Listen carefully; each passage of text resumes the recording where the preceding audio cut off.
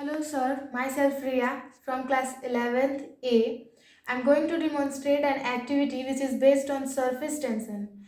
So for initiating this activity, the materials required are petri dish, soap solution, some water, straw, and this is a board shaped paper which I have cut in the shape of board so that its edge is very sharp just like same in the board. Now I'm going to initiate this activity. So for that I'm pouring this water in this petri dish. So this water is still not still. So I'm waiting for the water to be still. Then I will put this board shaped paper in this water. So I think that the water is still. Now I'm going to dip this board shaped paper in this water.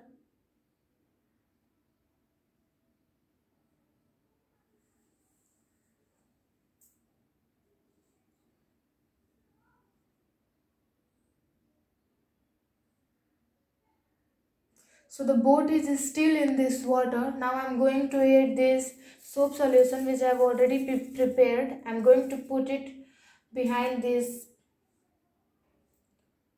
boat. So we can see that when I'm adding this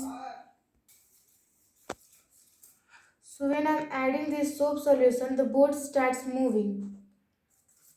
So why is it happening? Let's know the reason behind it, that why the boat starts moving when I have applied the soap solution behind the boat. The reason is that since water is a fluid, so it exerts surface tension, and soap has the ability to reduce the surface tension. So when I have added the soap solution behind the boat in the water, the surface tension of the water in that area got reduced, and it had allowed the water molecules to move, and water molecules pushed one another away from one another, and this has caused the movement in water, and the movement of water surface pushes the boat forward.